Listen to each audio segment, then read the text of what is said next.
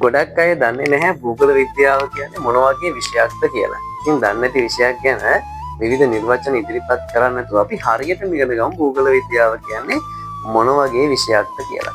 භූගෝල විද්‍යාවේ වචන අර්ථය ගත්තොත් දැන් මේ ජියෝග්‍රැෆි කියන වර්තමානයේ වචනය තමයි අපි සාමාන්‍යයෙන් භූගෝල විද්‍යාව හඳුන්වන්න භාවිතා කරන්නේ. නමුත් අපි ජියෝග්‍රැෆියා කියන වචනයෙන් තමයි නැත්නම් මේ ග්‍රීක වචනයෙන් තමයි ජියෝග්‍රැෆි කියන වචනය හරියටම නිර්මාණය වෙලා තියෙන්නේ. එතකොට මේ වචනයෙන් බිඳී වචනයක් විදිහට තමයි අපි මේ ජියෝග්‍රැෆි කියන වචනය හඳුනාගන්නේ.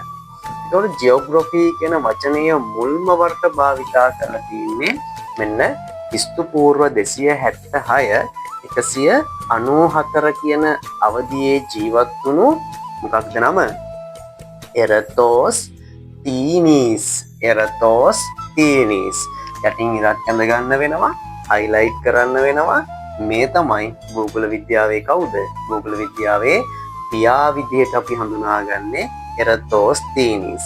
සමහර අය මම දැකලා තියෙනවා හෙරඩෝටස් භූගෝල විද්‍යාවේ පියා කියලා උගන්වන අවස්ථාත් දැකලා තියෙනවා. නමුත් හෙරඩෝටස් කියලා කියන්නේ ඉතිහාසයේ පියා. ඒ වගේම භූවිද්‍යාවේ පියා. භූවිද්‍යාවේ පියා භූගෝල විද්‍යාවේ පියා කියලා පටලවා ගන්න අවස්ථා මම ඕන තරම් දැකලා තියෙනවා.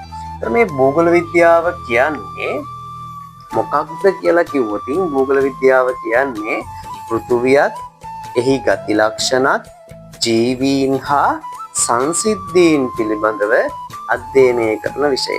මොකද්ද මාත් එක කියන්නයි? පෘථුවියත් එහි ගති ලක්ෂණත් ජීවීන් හා සංසිද්ධීන් පිළිබඳව අධ්‍යයනය කරන විෂය තමයි භූගෝල විද්‍යාව කියන්නේ. එහෙනම් භූගෝල විද්‍යාවට ලොකු ඉතිහාසයක් තියෙනවා නේද? ලොකු ඉතිහාසයක් භූගෝල විද්‍යාවට තියෙනවා. ඒ විතරක් නෙවෙයි පුතේ.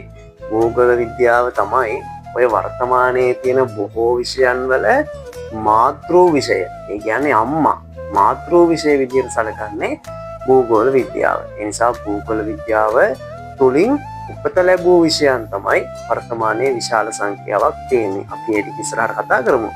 එතකොට දැන්ට ඔයා දන්න කාරණා තමයි එහෙනම් භූගෝල විද්‍යාව කියන්නේ මොන වගේ විෂයක්ද කියලා දන්නවා. දැන් වර්තමානයේ නම් භූගෝල විද්‍යාව සෑහෙන වෙනස් වෙලා තියෙනවා. දැන් අපි කියනවා අර වෙනස් වුණු භූගෝල විද්‍යාවේ පියා මෙයා නෙවෙයි පුතේ. වෙනස් වුණු භූගෝල විද්‍යාවේ පියා විදියට හඳුන්වන්නේ කාල් රීටර් කියලා කෙනෙක්. මේ තියෙන්නේ පේන්නේ නැහැ එරතෝස්තීනිස්ගේ ඡායාරූපයක්. එතකොට අලුත් වුණු හරිද? අලුත් වුණු භූගෝල විද්‍යාවේ පියා. දැන් මෙයා කවුද? භූගෝල විද්‍යාවේ පියා. the father of geography. එතකොට එරතෝස්තීනිස් කියලා කියන්නේ පැරණි භූගෝල විද්‍යාවේ පියා. එතකොට අලුත් භූගෝල විද්‍යාවේ පියා මෙන්න මෙයා පුතේ. මේ කවුද? බලන්න ලස්සන කොල්ලෙක්. මේ තමයි කාල් රීටර්. කාල් රීටර් තමයි අර මොඩර්න් ජියෝග්‍රැෆි වෙනස් වුණු භූගෝල විද්‍යාවේ පියා විදිහට හඳුන්වන්නේ. තව ඉතින් ඉන්නවා මේකේ පොඩි පොඩි දේවල් ටිකක් ඔයා ඉගෙන ගන්න ඕන භූගෝල විද්‍යාව විෂය ගැන මුලින්ම ඉගෙන ගන්නකොට. මට මුණ ගැහිලා තියෙනවා සමහර වෙලාවට භූගෝල විද්‍යාව අවුරුදු 2ක් ඉගෙන ගත්ත දරුවෝ ඉන්නවා භූගෝල විද්‍යාවේ පියා හඳුනන්නේ නැහැ. නේද? ඉතින් එහෙම අපි විෂයක් ඉගෙන ගන්නවා නම් ඒ විෂය ඉගෙන ගන්න ඕන මුලින්දන් හරියට ක්‍රමවත්ව ඉගෙන ගන්න ඕන. ඉතින් අන්න ඒ වගේ ගැටලු අපි දැකලා තියෙන ඕන තරම්. එහෙනම් මේ කොටසෙන් ඔයා මොනවද පුතේ අවබෝධ කරගත්තේ? භූගෝල විද්‍යාව කියන්නේ මොන වගේ විෂයක්ද කියලා පොඩි නිර්වචනයක් දැනට අපි. මොකක්ද අපි කිව්වේ? පෘථුවියත් එහි ගති ලක්ෂණත් ජීවීන් හා සංසිද්ධීන් පිළිබඳව අධ්‍යයනය කරන විෂය භූගෝල විද්‍යාව කියලා කිව්වා.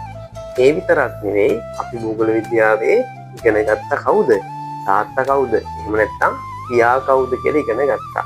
පියා තමයි එරතෝස්තීනිස්. ඒ වගේම තමයි නූතන භූගෝල විද්‍යාවේ පියා කියන්නේ කාල් රීටර් කියන කෙනා.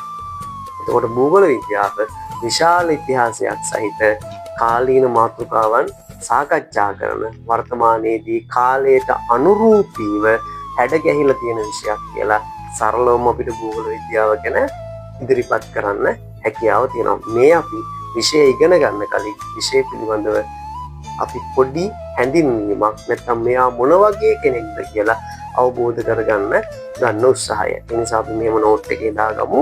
මෙන්න මේ විදිහට ලියුවා නම් ඔයාට මේක හොඳටම අවබෝධ වෙනවා.